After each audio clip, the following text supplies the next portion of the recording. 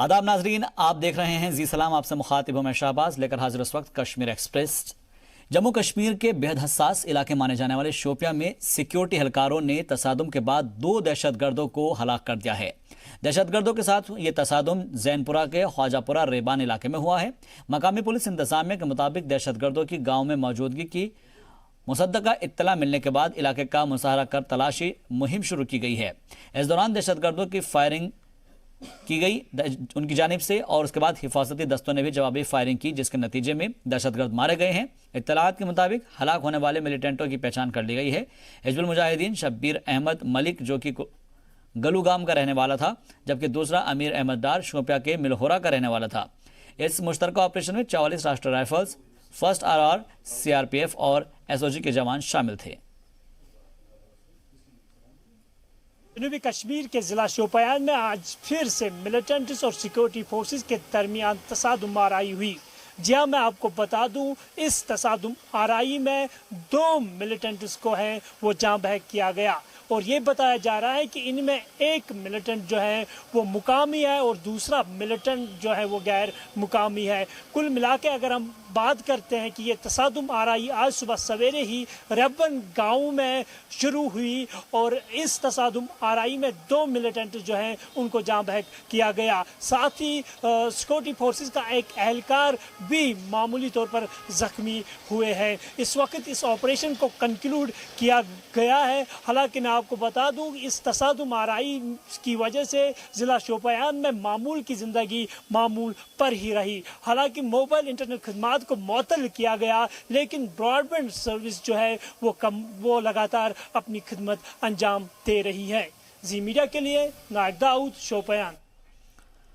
तो शोपियां में सलामती दस्तों ने 2 दहशतगर्दों को ढेर कर दिया है। ये सलामती दस्तों की बड़ी कामयाबी है, और इसके बारे में इत्तला देते हुए कश्मीर के आईजी विजय कुमार ने कहा है कि दहशतगर्दों के साथ ये तसादुम जैनपुरा के ख्वाजापुरा रेबान इलाके में हुआ है। मकामी पुलिस इंतजामिया के मुताबिक दहशतगर्दों की गाँव में मौजूदगी की मुसद्दका इत्तला मिलने के बाद इलाके का मुसाहरा कर तलाशी मुहिम शुरू की गई। इस दौरान दहशतगर्दों की जानिब से फायरिंग के बाद हिफाजती दस्तों ने भी जवाबी फायरिंग की। शोपियान को पता चला था कि शोपियान में एक विलेज है रेवन, वहाँ पर 2 मिलिटेंट छिपे हुए हैं। तो पुलिस, आर्मी, सीआरपीएफ सारे इलाके कॉर्डन कर लिए। आज मॉर्निंग में वहाँ पर फायरिंग शुरू हो गया और इनकाउंटर चला, उसमें 2 मिलिटेंट मारे गए हैं। तो अभी प्रेजेंट पोजीशन क्या है? एरिया कॉल ऑफ हुआ है अभी ऑपरेशन? नहीं, अभी सर्च ऑपरेशन चल रहा है और दोनों मिलिटेंट का डेड बॉडी मिल गया है और आइडेंटिटी पहचान अभी की जा रही है। और कोई और कैजुअलिटी फोर्सेस की तरफ से? नहीं, अभी तो कोई नहीं हुई। और इस खबर पर मजीद अपडेट के लिए जी मीडिया नुमाइंदे नाइक दाऊद हमारे साथ जुड़ गए हैं फोन लाइन पर। नाइक, सबसे पहले आपसे समझना चाहेंगे, ये कौन सा इलाका है जहां पर ये तसादुम हुआ है और कितने मिलिटेंट हलाक किए जा चुके हैं? क्या सर्च ऑपरेशन के अंदर कुछ निकलकर सामने आया है, और फिलहाल क्या सूरत हाल है वहां का? जी शाहबाज, सबसे पहले मैं आपको बता दूं, ये इलाका जो है इसको ख्वाजापुरा रेबन बोलते हैं, और ये जिला शोपियां से तकरीबन 22 किलोमीटर की डिस्टेंस पे वाक़ा है। ये आज सुबह सवेरे का ही वाक़ा है, जब RR1 को एक मुसद्दका इत्तला मिली थी कि वहाँ पे कुछ मिलिटेंट जो है वो छुपे हुए थे। चूंकि उन्होंने अपनी तलाशी कार्रवाई को आगे बढ़ाया तो छुपे बैठे मिलिटेंट ने फौज पे अंधाधुंध फायरिंग की। फौज ने अपना मोर्चा संभाला और रिटेलिएट किया।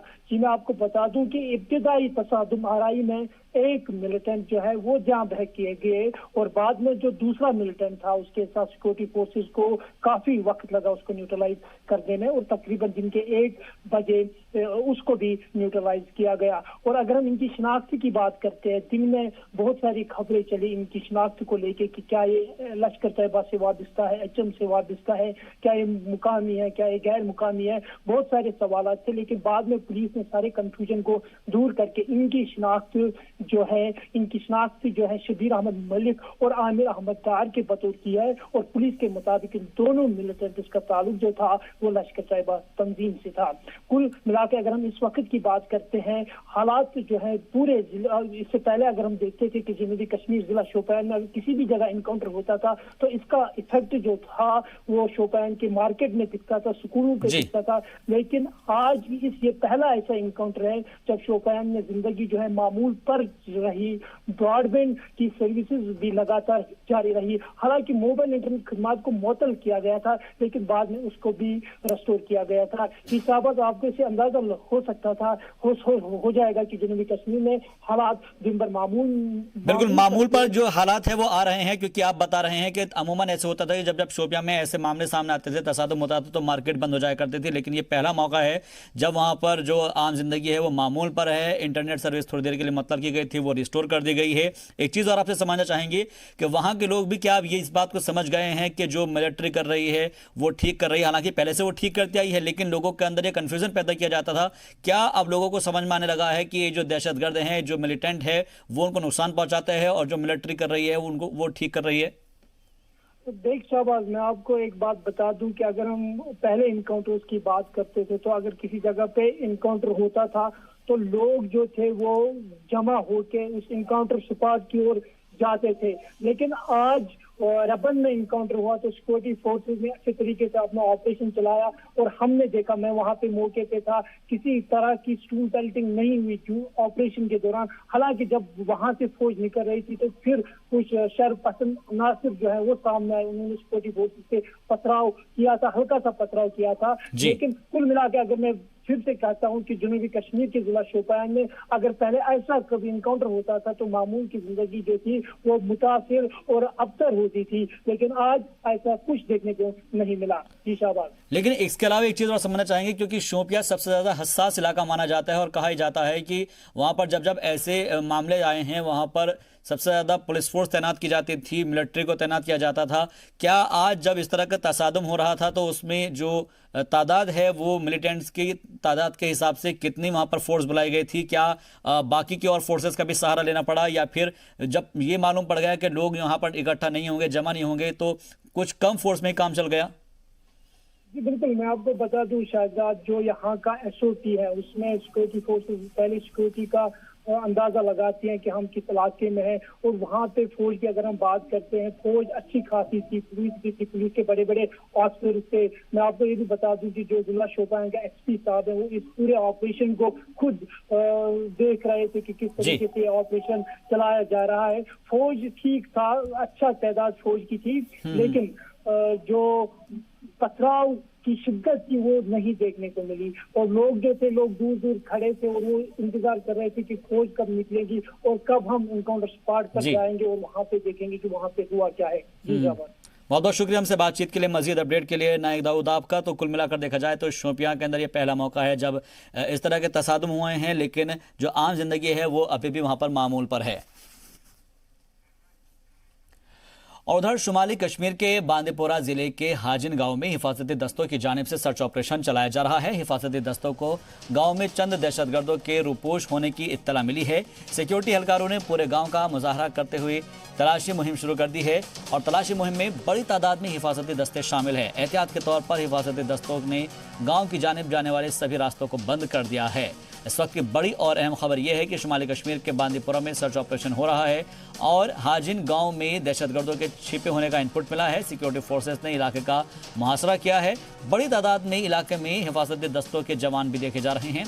गांव तक जाने वाले सभी रास्तों को बंद कर दिया गया है।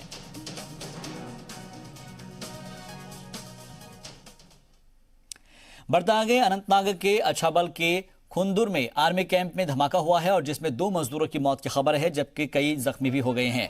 खबरों के मुताबिक आर्मी की 21 FAD कैंप में 5 मजदूर काम कर रहे थे और जब ये नामालूम धमाका हुआ, धमाके में 2 मजदूर शदीद तौर से जख्मी हुए हैं, जबकि 2 दीगर को मामूली चोट आई हैं। सभी जख्मियों को फौरन पास के ही MI रूम, जो कि फौजी हेल्थ सहूलत होती है, उसमें ले जाया गया, जहां पर 2 शदीद तौर पर जख्मी गुलजार अहमद खान और फयाज अहमद भट्ट ने दम तोड़ दिया। उन्होंने कहा कि ऑपरेशन के बाद MI रूम के डॉक्टरों ने 2 जख्मियों को बेहतरीन इलाज के लिए government medical college GMC Anantnag refer कर दिया है। GMC के एक डॉक्टर ने कहा है कि उन्हें अब तक सिर्फ 2 जख्मी मिले हैं। पुलिस ने इस वाक़े की तस्दीक करते हुए कहा है कि धमाके का असबाब की जाँच की जा रही है।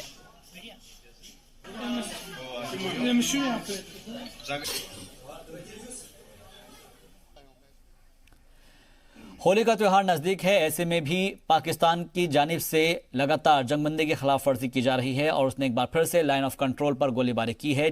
जिला किरनी, कस्बा और शाहपुर सेक्टर में हिंदुस्तानी फौज की चौकियों के साथ रिहायशी इलाकों को भी निशाना बनाकर मोर्टार के गोले दागे गए हैं। पाकिस्तानी फौज की इस गोलाबारी का हिंदुस्तानी फौज ने भी मुंहतोड़ जवाब दिया है। हालांकि गोलाबारी में कहीं भी किसी भी तरह के नुकसान की कोई इत्तला नहीं है। अलबत्ता गोलाबारी से LOC से मुल्हिक गांव में दहशत का माहौल है। लोग डर की वजह से घरों के अंदर ही छुपे हुए हैं।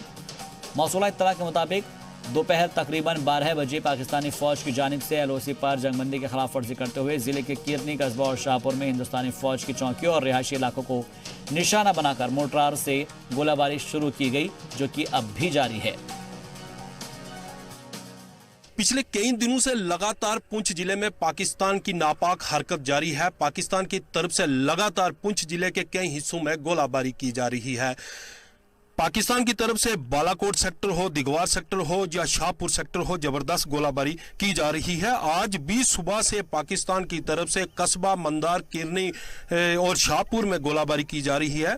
आज सुबह से हुई गोलाबारी में लोगों में एक डर का माहौल पैदा हो गया है। आज होली का त्योहार था और लोग जो गांव के सरहदी गांव के लोग हैं वो होली का त्योहार भी नहीं मना पाए। गोलाबारी इतनी है कि लोग घरों के अंदर ही कैद होकर रह गए हैं। हमारे साथ इस गांव के मुकामी लोग हैं, उन्हीं से बात करते हैं। सर, आपका नाम? मेरा नाम हाजी यूसुफ है जनाब। हाँ, यूसुफ जी बताइए, कब से फायरिंग हो रही है और किस तरीके का डर है? फायरिंग हर रोज हो रही है सर। कस्बा, किरनी, शाहपुर, इस इलाके में हर रोज हो रही है, मगर आज सुबह से शुरू है, जिसकी वजह से हर लोग जो जितने लोग हैं डरे हुए हैं, घरों में बड़े हुए हैं, कोई बाहर नहीं आ रहा है। होली का त्यौहार है आज, उसका भी कोई आज खेलने का कोई मज़ा नहीं रहा है। इसलिए गवर्नमेंट से मैं गुजारिश ये करता हूँ कि इन लोगों की हालात देख के बैंकर और कोई ऐसा सिस्टम किया जाए कि ये लोग भी अपनी ज़िंदगी अच्छी तरह से बसर कर सकें। तो पाकिस्तान की तरफ से जो गोलाबारी सीधा गांव में हो रही है, अभी भी जो बड़ी बड़ी आवाजें? गोलाबारी ये डेली हो रही है सर, एक दिन थोड़ी, आज तो ज्यादा ही हो रही है। आज होली का दिन है, आज ज्यादा ही हो रही है। आज होली का त्यौहार भी था, वो भी हम मना नहीं पाए। लोग डरे हुए हैं, साथ में लोगों को बैंकर वगैरह भी नहीं है, तो हम गवर्नमेंट से अपील करते हैं कि बैंकर वगैरह दिया जाए। जैसा कि गांव वालों का कहना है कि आज होली का पर्व भी था, लेकिन हम सही ढंग से होली भी नहीं मना पाए। चाहे हम आपको बता दें कि ईद का त्यौहार हो या होली का त्यौहार हो या कोई और भी त्यौहार हो, पाकिस्तान की यही कोशिश रहती है कि उन दिनों में ज़्यादा से ज़्यादा गोलाबारी की जाती है। आज सुबह से हो रही गोलाबारी इतनी ज़बरदस्त है कि जिसकी आवाज़ें दूर दूर तक सुनाई दे रही हैं। LOC गांव कस्बा से रमेश बाली, जी मीडिया पुंछ। जी मीडिया नुमाइंदे रमेश बाली हमारे साथ मजीद अपडेट के साथ फोन लाइन पर जुड़ गए हैं। रमेश, सबसे पहले आपसे जानना चाहेंगे कि जब आप बात कर रहे थे तो वहां पर हमने सुना है कि पीछे धमाकों की भी आवाज आ रही थी, गोलों की दागने की आवाज आ रही थी। क्या ये सिलसिला अभी भी जारी है और क्या पाकिस्तान की नापाक हरकत अभी भी जारी है?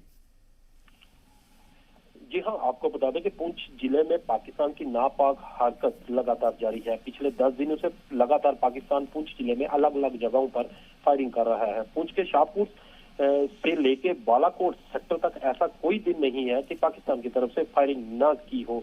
लगातार पाकिस्तान की फायरिंग करने की एक ही मंशा है कि इस गोलाबारी के बीच ज्यादा से ज्यादा भारत की तरफ घुसपैठ करवाई जाए। पर भारतीय सेना पाकिस्तान की हर चाल को विफल बना रही है और पाकिस्तान को उसी की भाषा में मुंह तोड़ जवाब भी दे रही है। अगर हम आज की बात करें तो पाकिस्तान की तरफ से पुंछ के शाहपुर सेक्टर में अचानक 12 बजे के करीब गोलाबारी शुरू कर दी, जो अभी तक जारी है। पाकिस्तान की तरफ से भारतीय पोस्टों के साथ साथ शाहपुर, कस्बा, मंदार, किरनी, गुंतरिया, इस्लामाबाद गांव में भी गोलाबारी की है। लगातार हो रही गोलाबारी से बॉर्डर पर युद्ध जैसे हालात बने हुए हैं और गांव के लोग एक डर के साए में जी रहे हैं और पाकिस्तान की तरफ से कभी दिन और कभी रात को अचानक गोलाबारी शुरू हो जाती है। वहीं आज यहाँ पूरा देश होली का पर्व बड़ी धूमधाम से मना रहा है। वहीं आज पुंछ के कई सीमावर्ती इलाकों में लोग होली तक नहीं मना पाए। वहीं गांव वालों का कहना है कि पाकिस्तान भी इस गोलाबारी के चलते कई त्योहार हम नहीं मना पाते हैं, चाहे ईद का त्योहार हो या होली का त्योहार है, जो और भी है। लोगों का कहना है कि अब हम तंग आ चुके हैं रोज रोज की इस फायरिंग से। अब सरकार को कोई बड़ा फैसला लेना चाहिए और पाकिस्तान को कड़ा जवाब देकर एक सबक सिखाना चाहिए। बिल्कुल। और एक चीज और समझना चाहेंगे रमेश आपसे कि जिला इंतजामिया की जानिब से क्या कुछ इकदाम उठाए जा रहे हैं, क्या कोई कदम उठाए जा रहे हैं? क्योंकि जिन लोगों से आप बात कर रहे थे उनके दिल में एक खौफ है, खौफ का मंजर वो समझ में आता है, क्योंकि मुसलसल इस तरह की गोलाबारी हो रही है। कोई शख्स अगर अपना त्यौहार मनाना चाहता है तो वो इस डर से, इस खौफ से घर से बाहर नहीं निकल पाता कि कहीं कोई गोलाबारी ना हो जाए, कोई अटैक ना हो जाए। क्या इसको समझते हुए जिला इंतजामिया की तरफ से कोई नए कदम उठाने की बात कही जा रही है? जी बिल्कुल, जब हम जिला इंतजामिया से जब भी बात करते हैं तो उनका एक ही कहना है कि हमने इनके लिए इंतजाम करके रखा हुआ है। लेकिन जब गांव में जाओ, जब हम गांव में जाते हैं तो गोलाबारी के बीच में तो वहां की हकीकत कुछ और होती है। लोगों में एक डर है, उन लोगों की ज्यादा से ज्यादा एक ही मांग रहती है कि हमें इंडिविजुअल टैंकर दिए जाए। लेकिन सरकार से जब बात करो तो सरकार का यही कहना है कि हम जो लोगों के लिए कर रहे हैं उनको हर सुविधा दे रहे हैं। लेकिन जो एक्चुअल जो ग्राउंड में बड़ी मुश्किल में है लोग, क्योंकि पाकिस्तान का कोई टाइमिंग तो होती नहीं है, फायरिंग कभी भी शुरू कर देती है। पहले तो पाकिस्तान की तरफ जो फायरिंग होती थी ज्यादातर दिन को होती थी, लेकिन अब पिछले कुछ दिनों से हम देख रहे हैं कि अचानक रात को भी गोलाबारी शुरू हो जाती है, जिससे लोगों को अपनी जान बचाना बड़ा मुश्किल हो जाता है। और लोगों की ज्यादा से ज्यादा यही एक मांग है कि हमारे लिए कुछ जो इंडिविजुअल बैंकर हैं उनको ज्यादा से ज्यादा बनाया जाए। बहुत बहुत शुक्रिया हमसे बातचीत के लिए। मजीद अपडेट के लिए रमेश बलिया आपका। तो फिलहाल पाकिस्तान की जो नापाक हरकत है वो मुसलसल जारी है। हालांकि हिंदुस्तानी फौज की जानिब से मुंह तोड़ जवाब जरूर दिया जा रहा है, लेकिन जो मकामी लोग हैं उनको खासी दिक्कतों का, परेशानियों का सामना मुसलसल करना पड़ता है। और अब क्योंकि होली का त्यौहार भी है, ऐसे में अगर इस तरह की गोलाबारी हो रही है तो उनके लिए मजीद तकलीफदेह है। दिल्ली में हिरासत में लिए गए कश्मीरी जोड़े जहांजेब और हिना बशीर से दिल्ली पुलिस की स्पेशल सेल दफ्तर में एनआईए पूछताछ कर रही है और दोनों का पीएफआई कनेक्शन भी बताया जा रहा है, लेकिन उनके घर वालों ने तमाम इल्जामात से इनकार किया है। पेश है एक तफसीली रिपोर्ट। दिल्ली पुलिस की जानिब से हिरासत में लिए गए कश्मीरी जोड़े जहांजेब समी और हिंदा बशीर बेग के अहले खाना ने दोनों को बेकसूर बताते हुए उन्हें झूठे इल्जामात में फंसाने का इल्जाम आयद किया है। पुलिस ने इनके बाज़ाब्ता गिरफ्तारी की बात नहीं कही है। दोनों को पूछताछ के लिए हिरासत में लिया गया है। पुलिस का दावा है कि दोनों के पास मुतनाज़ा और बेहद हसास किस्म के मवाद बरामद किए गए हैं। कहा जा रहा है कि दोनों ही शाहीन बाग में चल रहे शहरियत तरमीमी कानून के खिलाफ एहतजाज को भड़काने का काम कर रहे थे, लेकिन उनकी वालिदा और बहन इन इल्जामात को बेबुनियाद बता रही है। उनका कहना है कि CAA और NRC मुजाहरों से दोनों का कोई लेना देना नहीं है। जो भी एलिगेशंस लग रहे हैं उन पे आई एम श्योर मेरे भाई ने कुछ गलत नहीं किया है। वो बहुत he was a very warm hearted person. मेरे भाई भाभी दोनों बहुत ज़्यादा मतलब नेक दिल थे। वो हमेशा they always they loved to help people. तो ये जो ये आप बोल रहे हैं कि मतलब वो दूसरों को हार्म करना चाहते थे या ऐसा कुछ, इट्स इम्पॉसिबल। और जो वो बोल रहे हैं कि वो anti-CAA प्रोटेस्ट में उनका पार्ट ले रहे थे, तो ऐसा कुछ नहीं। उन्होंने कभी कश्मीर में रह के उन्हें कभी प्रोटेस्ट नहीं किया है। They haven't spoken even a word against, मतलब कुछ भी अगेंस्ट उन्होंने कभी नहीं बोला है। यहाँ पे आप किसी से भी पूछ ले, ये नहीं कि मैं बहन हूँ या कुछ वैसा, आप आस्क एनी पर्सन, उन्होंने कभी कुछ गलत नहीं किया है। जहांजेब के घर वालों का कहना है कि वादी में इंटरनेट बंद होने के सबब दोनों दिल्ली शिफ्ट हुए थे और दोनों का किसी भी दहशतगर्द तंजीम से ताल्लुक नहीं है। घर वालों के मुताबिक दोनों मियाँ बीवी एक IT कंपनी से वाबस्ता थे। इंटरनेट सर्विस बंद होने के बाद उनकी कंपनी ने उन्हें दिल्ली ट्रांसफर कर दिया था। वालिदा का कहना है कि इंटरनेट की बहाली के बाद उनकी कंपनी ने कश्मीर से दोबारा काम करना शुरू कर दिया था और जहांजेब भी जल्द ही वापस आने वाला था।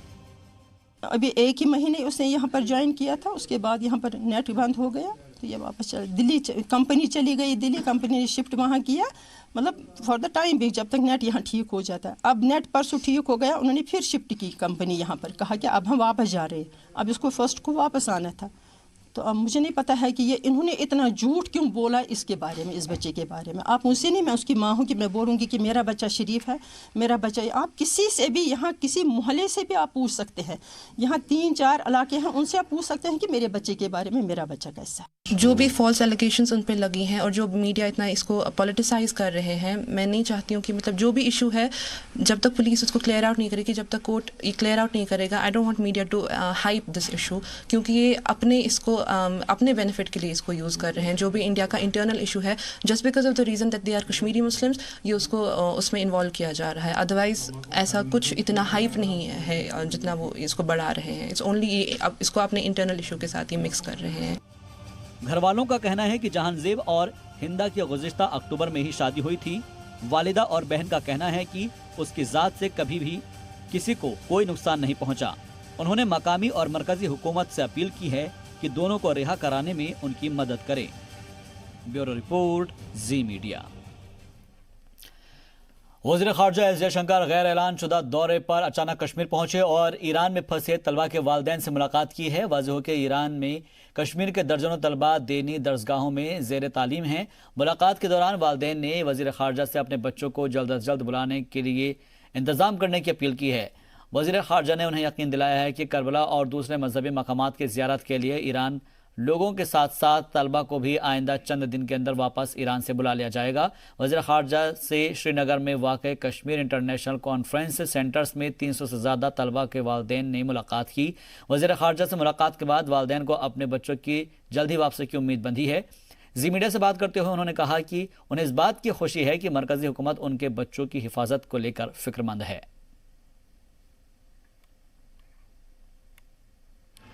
एक्सटर्नल अफेयर्स मिनिस्टर्स आज श्रीनगर पहुंचे और यहाँ जो ईरान में यहाँ के बच्चे हैं और कोरोना वायरस के चलते यहाँ के परिवार वाले बहुत ही चिंतित हैं, उनको लेकर उनको आश्वासन देने यहाँ पर खुद पहुंचे और यहाँ के आईसीसी में उन्होंने उनसे मुलाकात की। करीबन 100 से ज़्यादा परिजन जो थे वो यहाँ पर पहुंचे, उनसे बात करते हैं। आपका नाम क्या है? मेरा नाम डॉक्टर सईद नाजिम है। डॉक्टर साहब, आज आप किनसे मिले और क्या मुलाकात हुई? ये एक्सटर्नल अफेयर्स मिनिस्टर आए थे यहाँ, तो हम उनसे बात हुई, लेकिन हम उतने सेटिस्फाई नहीं है। मैं सिंपली एक बात कहना चाहता हूँ कि जब चाइना से इन्होंने लाने थे बच्चों को, तो आराम से उनको ला के यहाँ ले आए। आज डिले क्यों हो रहा है, ये क्या वजह है? उन्होंने क्या बोला? तो उन्होंने हमको यकीन दिलाया कि हम उनको लाएंगे, वहाँ टेस्ट वगैरह चल रहे हैं। तो मेरा ये कहना है कि बच्चों का दो प्रॉब्लम है। एक चीज वो तो कन्फाइंड अपने रूम्स में है, वो बाहर नहीं निकल पाते हैं, वो मेंटल टॉर्चर उनका हो रहा है। सिंपली अगर गवर्नमेंट ऑफ इंडिया पूरे बच्चों को, पूरे स्टूडेंट्स को दिल्ली लाए, फिर हम उनको वहाँ से आइसोलेशन में रख सकते हैं, तो कोई परेशानी नहीं होगी। अब जितनी देर वहाँ डिले होगा, अब ये वायरस किसी के कंट्रोल में नहीं है, ये कितनी देर कहाँ तक फैल सकता है। तो अगर ये डिले होता है, उस वजह से जो हमारे बच्चे भी रूम्स में कन्फाइंड है वो तो सेफ है, लेकिन अगर डिले होता जा रहा है तो ये वहाँ तक भी पहुँच सकता है। तो उस वजह से हम लोग बहुत ज़्यादा परेशान हैं। आज तक हम जो बच्चों से बात कर रहे थे वो बहुत कंफर्टेबल थे। मेरी बेटी वहाँ, तो वो बहुत अच्छी तरह से, कल मैंने रीड किया कि वो बहुत ज़्यादा पर्टर्ब है, बहुत ज़्यादा डिस्टर्ब है, कि उनको ये नहीं लग रहा है कि शायद हम वहाँ से निकल पाएंगे। ये बहुत सारे परिजन यहाँ पर जमा हैं, आप देख सकते हैं, और से हम बात करने की कोशिश करेंगे। आप मुझे बताइए, आपका कौन है वहाँ पर? मेरी बेटी है वहाँ पर तेहरान यूनिवर्सिटी में। तो आज किन से मिले आप, क्या मुलाकात हुई? ये जो आज हमको बाय कॉल ड्यूकॉम से आई है कि आप यहाँ संतूर आइए और आपको हम अपडेट देंगे इसके बारे में, बच्चों के बारे में। तभी हम यहाँ आए। तो आज हम जब बैठे, ऑनरेबल मिनिस्टर साहब आए थे, हम भी बहुत मशकूर है कि वो आए हैं दिल्ली से।